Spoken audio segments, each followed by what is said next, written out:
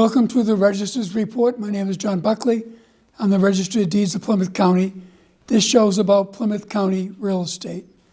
The headline for the month was Hot Real Estate Market Defies Conventional Wisdom During the COVID Crisis. This is a November show. We're reporting on October numbers. I have a great guest in the second segment of the show, Mark Donahue of M. Donahue Associates, who will be talking about the status of commercial real estate. And in the third segment, we always do something lighter in nature and talk about some of our notable Plymouth County and Plymouth Colony records. So let's get right to the numbers. It was a strong month in terms of sales as well as mortgages this month. We recorded 1,202 deeds in October, up from the 1,142 in September, 25% more than last year, 1% less for the first 10 months in 2020, though the gap is closing fast. This was the highest number of sales recorded in all of this calendar year, 2020. The average sale price is up 1% from last month. Next image you're going to see is of sales of property. For each and every one of our 27 communities, there were a large number of sales again this month. Plymouth and Brockton being the highest, but every community had a set of sales. Once again, mortgages are very, very high. For 4 months in a row, we were saying it was the highest number of mortgages recorded in 10 years, and that mortgage number exceeded last month's again. 3,447 mortgages recorded in October, up from the 3,261 in September. Fifth month in a row, the highest number for 10 years, up 30% compared to last October. And for 10 months in the calendar year, we're up 47%. Foreclosure deeds still remain low, despite the fact that the foreclosure moratorium has ended. There were 11 foreclosure deeds in October, more than the 2 in September, 65% less than last October, but 43% lower than last year this time. And foreclosure notices, which are the first document we see identifying that someone's in trouble, has also been really low. But there were 7 foreclosure notices recorded in September, 83% less than last October, 62% down for the first 10 months of the calendar year. Again, those are going to go up based upon the ending of the foreclosure moratorium. You're going to see a listing of foreclosure deeds and notices for all of our 27 communities. There are very large number of zeros. That'll change, I assume, next month. And anyone that's facing difficulty, don't hesitate. The longer you wait, the more trouble you will find yourself in. But reach out to a federal housing council to see whether they can help you by getting a modification or some opportunities to help you catch up, particularly with those that are out of work because of all the foreclosures. All the job losses due to COVID. So electronic recording numbers, thankfully, are really up because we're not open to the public. 80% for recorded land, 50% for land court. Again, the foreclosure moratorium ended October 17th. We're expecting high numbers, particularly in those communities like Brockton and Plymouth that were hard hit last time. Mark Donahue is my guest in the second segment, talking about the current status of commercial real estate. We'll see you in the next segment. Welcome back to the Register's Report. My name is John Buckley. I'm the Registry of Deeds of Plymouth County. This segment of the show, we always try to do something educational in nature. We've had commercial realtors, we've had commercial lenders, we've had a lot of residential realtors, surveyors, appraisers, everyone involved in the real estate community. Everyone plays a part. I have a great guest today. I have Mark Donahue of M. Donahue Associates, who will be discussing with me the current status of the real estate market. Now, Mark was a guest before, and believe it or not, it was 7 years ago when we did this show. Wow. We're on our 121 show now, and your signs are still everywhere. Yeah. You guys are still a very active company. Thank you. And I remember your father, I always have to say. Yeah. I remember Henry Donahue. Yeah. Henry was involved in the business and Yeah. just a very, very active man. Yes. Yeah. Thank you. So why don't you tell our viewers a little bit about how you got in the real estate business? Well, I'm a proud son of Brockton. Graduated from Cardinal Spellman, well, St. Patrick's Grade School, Yeah. Cardinal Spellman High School, Massachusetts Maritime Academy after that. Okay. I spent 12 years working for an offshore oil drilling company based out of Dallas, Texas. We drilled oil wells all over the world. And in 1987, I got promoted into corporate headquarters in Dallas, Texas, working for the offshore drilling company. And I had 3 young children. And my father, Henry, who you mentioned, had a small residential real estate business in Brockton. And I decided to leave the offshore drilling industry, move back to Massachusetts. I had been living in Texas, and join the family business and really change the business from a residential company to a commercial company. And we built it up over the number of years. My brother Stephen is there with me, my son, my daughter. Stephen's been on the show also. Yep. And my son Matthew, my daughter Betsy, and there's a total of 7 of us in the office now. Great. And you're right on Route 123. Located in Brockton on Route 123. We have a lot of connections to a lot of organizations, the Chamber of Commerce, Sure. and a lot of the local accountants and lawyers. We have a lot of relationships, a long-term relationship with you and Sure. John McCluskey, Sure. a lot of the local attorneys. So Right. we feel like we're a very strong part of the community. I'm proud to serve the greater Brockton area and the entire South Shore. Yeah, just out of curiosity, where was the office when Henry started it? Henry originally worked for Bill Bierce. Okay, sure. Yeah, and then his first office was on Belmont Street at 248 Belmont Street. And about 20 years ago, I purchased a building at 457 Belmont Street, which used to be Bob Tighe's real estate office.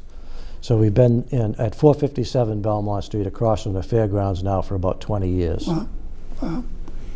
So let's talk about the current state of the commercial market. I talked quite a bit on the show at different times more about residential and the refis that people are doing for residential real estate and the sales that mostly are residential in my report. How's it going? Well, commercial real estate on a simplistic basis is really 3 primary segments of the market, which would be, for us, industrial real estate, retail real estate, and office space. Mm-hmm. Due to the pandemic, office space is very, very soft. A lot of people are working from home. There's mixed opinions about what's going to happen after the pandemic is over. The vaccine is working. So many people are getting used to working from home that they may not want to go back into a high-rise building in downtown Boston. And some of the companies can save a lot of money. You can save a lot of commuting money by working out of your home if it's appropriate. So there's been a major shift. I think there's going to be more office buildings in the suburbs. I think you're going to see more 2- and 3-story office buildings where you don't have to get on an elevator to get up to your office. Mm-hmm. It's very problematic getting people up to the 30th and 40th floor in an elevator with the COVID. Mm-hmm. So I think we're going to see smaller office buildings with opening windows, more social distancing built in architecturally. So that's going to change. Retail space is really been hurt by the pandemic. Amazon and the other internet providers are killing a lot of small businesses. Yeah, I would think this Christmas season Very is bad. going to be really tough. But on the industrial side and the manufacturing side, it's the strongest market I've seen in 30 years. Really? Prices are through the roof. Demand is through the roof. Replacement cost is through the roof. The cost for materials, the cost for labor, the cost for all of your copper, drywall, steel, rubber, anything that goes into building a building, the costs are very high and the demand is very high, and it's a very, very strong market. We're seeing buildings sell for double what they were selling for 10 years ago. Yeah, clearly the COVID pandemic is going to have long-lasting impacts on a lot of things. I know in our case, 85% of our documents are coming in over the internet, and those law firms and mortgage companies and lenders aren't going to change that practice once they set it up. And just like you're talking about, the people that get comfortable and can work out of a closer home environment save the drive and are not going to want to go into that Route 3 corridor drive waste of time, you know? Even Route 24 Right, is problematic getting into Boston in the morning. right. But technology has changed everything. It's certainly changed the real estate business. I remember 20 years ago, we spent a lot of money advertising in the Boston Globe and the Patriot Ledger and other newspapers. And now all of our money is spent on the internet. And you mentioned real estate closings. We don't go to real estate closings anymore. It's all done electronic signatures. In some cases, the buyers never meet the sellers. The attorneys never meet. Everything's done via email. Wow, wow. Yeah, no, it definitely enhanced, I think, modernization, you know? It certainly made it a lot faster paced. You can get a lot more done in a day. You're not running to a fax machine. You're not running to City Hall even to get a final water meter reading anymore. That's all done remotely. So I think it's brought some positive changes. I think it's certainly saved everybody a lot of fuel. You don't have to do as much driving as you used to. So I know you and your family have been in business a long time. I know anybody that is watching this show would recognize your signs because they're all over the place and very colorful signs. How do you typically get a client? I know you have built up a lot of clients over the years, but how do people find Donahue Associates? Well, it's the signs are a big draw. We spend an awful lot of money marketing on the internet. It's probably Give me an example of that. well, we belong to various databases. In most people who are familiar with residential real estate know of the multiple listing service. Commercial real estate brokers don't use MLS by and large. Some do to a minor degree, but most of us belong to several large shared databases, the largest of which is called the CoStar system. And then there's LoopNet. So we spend a lot of money with CoStar, we spend a lot of money with LoopNet, we spend a lot of money maintaining and servicing our own website, which is DonahueAssociates.com. All of those signs you mentioned have the website on the bottom. It's amazing how many inquiries will come into the office at night or on the weekends when people are not working.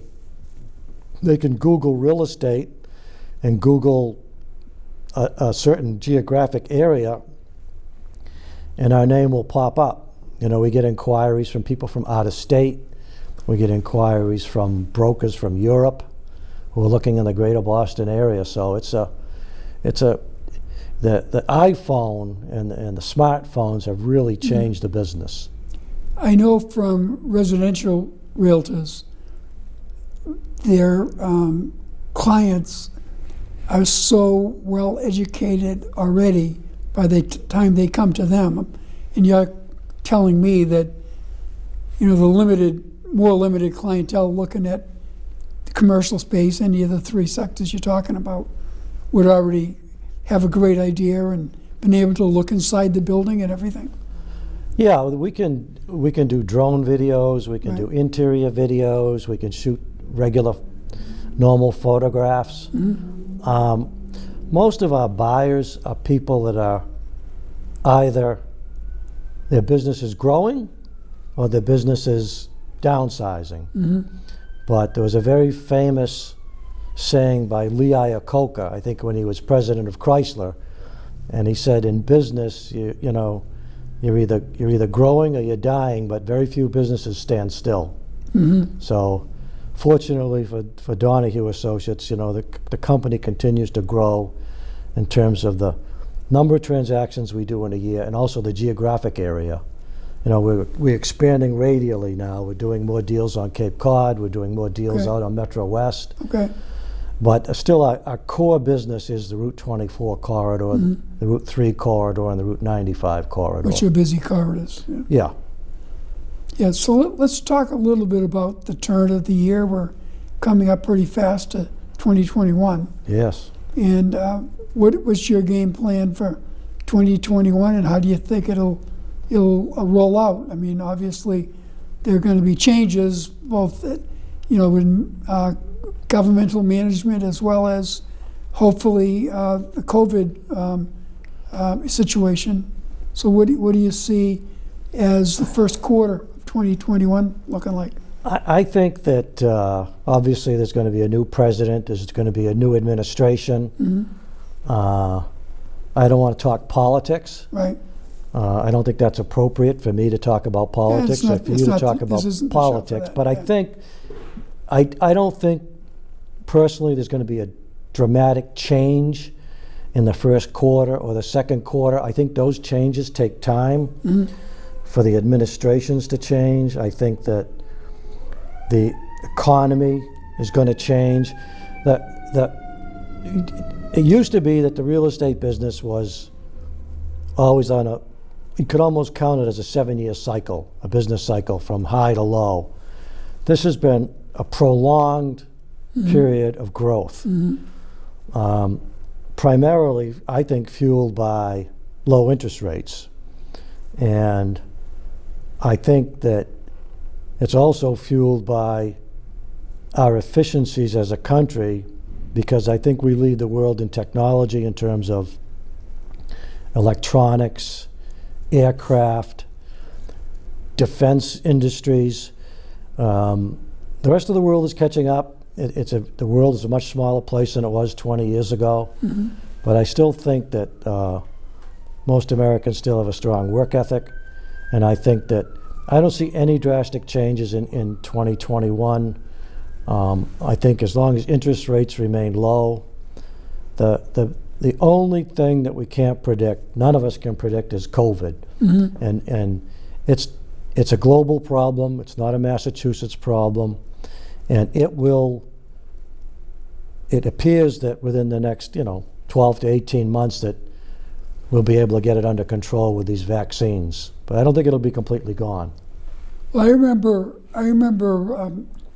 as recently as a couple of years ago, a lot of economists and people in the business were saying our cycle was over. And it isn't over. It's still Strong. humming along. Yeah. Yes, it is. Yeah. It's amazing that it's still going strong. But I think that the certain industries like the restaurant industry and the retail industry, I think that there's been there are a lot of people right now that are hurting that aren't as fortunate as you and I. And particularly the blue collar workers, the people who don't have a lot of education. They're victims of the economy. And I think that as business leaders, we have to be sensitive to that and do what we can, to help those people that are less fortunate than we are. Yeah, no question there's a lot of people suffering, and clearly, in addition to that, a lot of different sectors of the economy have been hit differently by this. You know, the home building, the home selling industry has still been strong, and multiple offers on certain properties and higher sale prices every month, it seems like. Whereas if you owned a small business in a downtown of a town or a city, you're struggling. If you're competing against the online purchases in retail, you're struggling.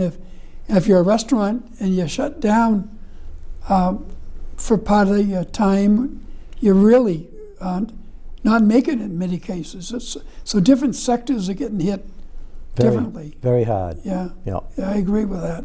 And I'm not sure how that's going to come out of it in January and February and March. I think the next 6 months is critical. Mm-hmm. I think that those people who have survived so far may not be able to survive if they don't get stimulus money. Mm-hmm. And right, I do too. And I think that I'm optimistic that there'll be more stimulus money coming. So how much of your business is reuse of current buildings as compared to new construction? 90%. Really? Yeah, there's not the thing that has been really phenomenal in the last 18 months has been the number of super large 300,000 and larger distribution facilities that have been built to accommodate companies like Amazon and some of the other internet providers. Mm-hmm. They're massive warehouses, super high ceilings with 36 foot of clear height. Mm-hmm. They have to have a lot of technology built into them. They have to have 50 to 100 loading docks. And there have been so many of these that have been built, and the vast majority of them are being taken by companies like Amazon, Mm-hmm. because everything's being shipped directly to your home. Coffee, diapers, office supplies, groceries, anything and everything you can buy on the internet. So it's really changed the distribution business, the warehousing business substantially. Yeah, I was driving down the street in Halifax yesterday, and there were 4 different trucks on the same small street on both sides of the street delivering packages to homes. Yes. Yep. So why don't you share with our viewers your contact information? So it's Donahue Associates. We're located in Brockton at 457 Belmont Street. And if you have any questions or concerns or comments, you can call the office at 508-588-1717, or you can send an email to me personally, md@donahueassociates.com. Great. I appreciate you coming on the show. My pleasure. It's been too long since the last one, but Thank you. I think the times have changed, and you're sharing some great information. Thank you, John. So have a great Thanksgiving. Happy Thanksgiving to you and to all your viewers as well. Yeah, thanks, Mike. Welcome back to the Register's Report. Again, my name is John Buckley. I'm the Register of Deeds of Plymouth County. In this segment of the show, we always try to do something lighter in nature. Some of the Plymouth County and Plymouth Colony records of note. I always mention the holidays for the month, this month being November. November 1st was the ending of daylight savings time. The 3rd was Election Day, National Election Day. The 11th, which is tomorrow at the time of taping of this show, is Veterans Day. The 19th, the Great American Smokeout, and the 28th, my favorite holiday, Thanksgiving Day. So let's go to our notable records, starting with Billy McGonigal.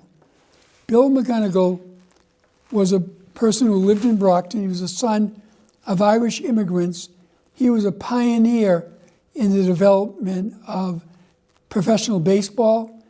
Back when he played, they didn't have gloves, so he started using bricklayers' gloves because he was a catcher, and catchers had a lot of difficulty catching the ball with their bare hands, breaking fingers. That was one of the main developments of gloves in baseball.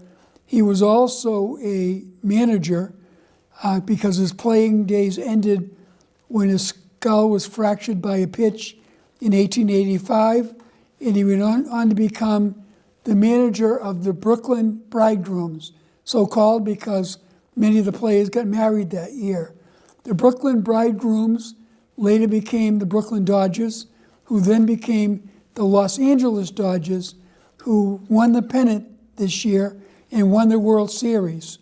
In 1990, the Dodgers in Los Angeles celebrated the McGonigal family because Mr. McGonigal had managed the Brooklyn Bridegrooms to a championship in the American Association, and then in 1890 managed the Dodgers to their first National League title. So they celebrated that in 1990, and I hope when they do their celebration this year they remember the impact of Billy McGonigal when the Dodgers started out as the Brooklyn Bridegrooms. The next image you're going to see is of Deborah Sampson. We're celebrating Veterans Day tomorrow. Certainly she was one of our best known veterans. She was born in Plympton back in 1760, the oldest of 6 children. She dressed up as a man and joined the Plympton Mass Regiment from Plympton at the age of 21 under the name of Robert Shirtliff. She served for a 16-month period.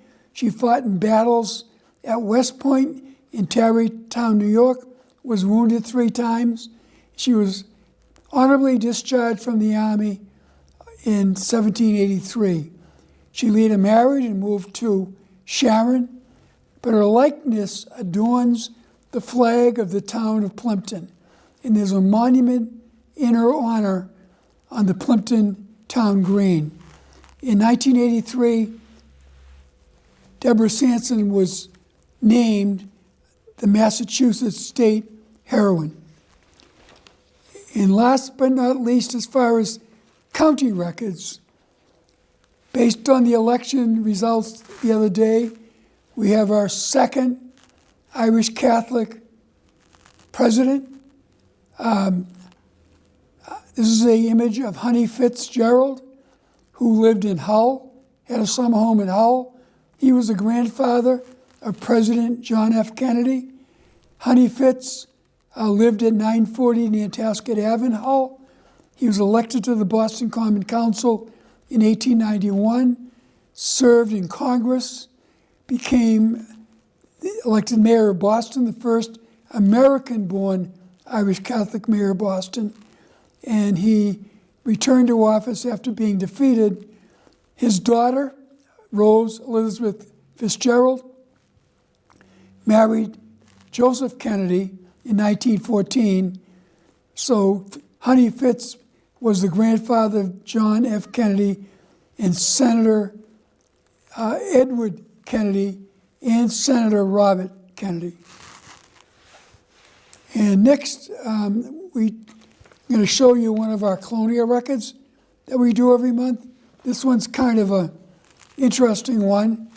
It's reminiscent of what happened 300 years later when Nathaniel Hawthorne wrote The Scarlet Letter.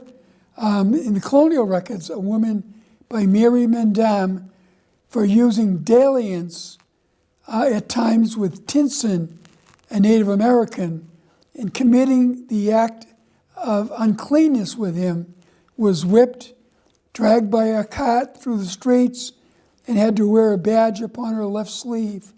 And if she was found without it, she would be burned in the face with a hot iron. Many people do remember the Scarlet Letter. Tinson was also whipped and put a halter around his neck and had to be at a post. Back in those days, the penalties in the colonial government were very severe. I want to thank Lorna Green Baker and Christine Richards for the help with this show.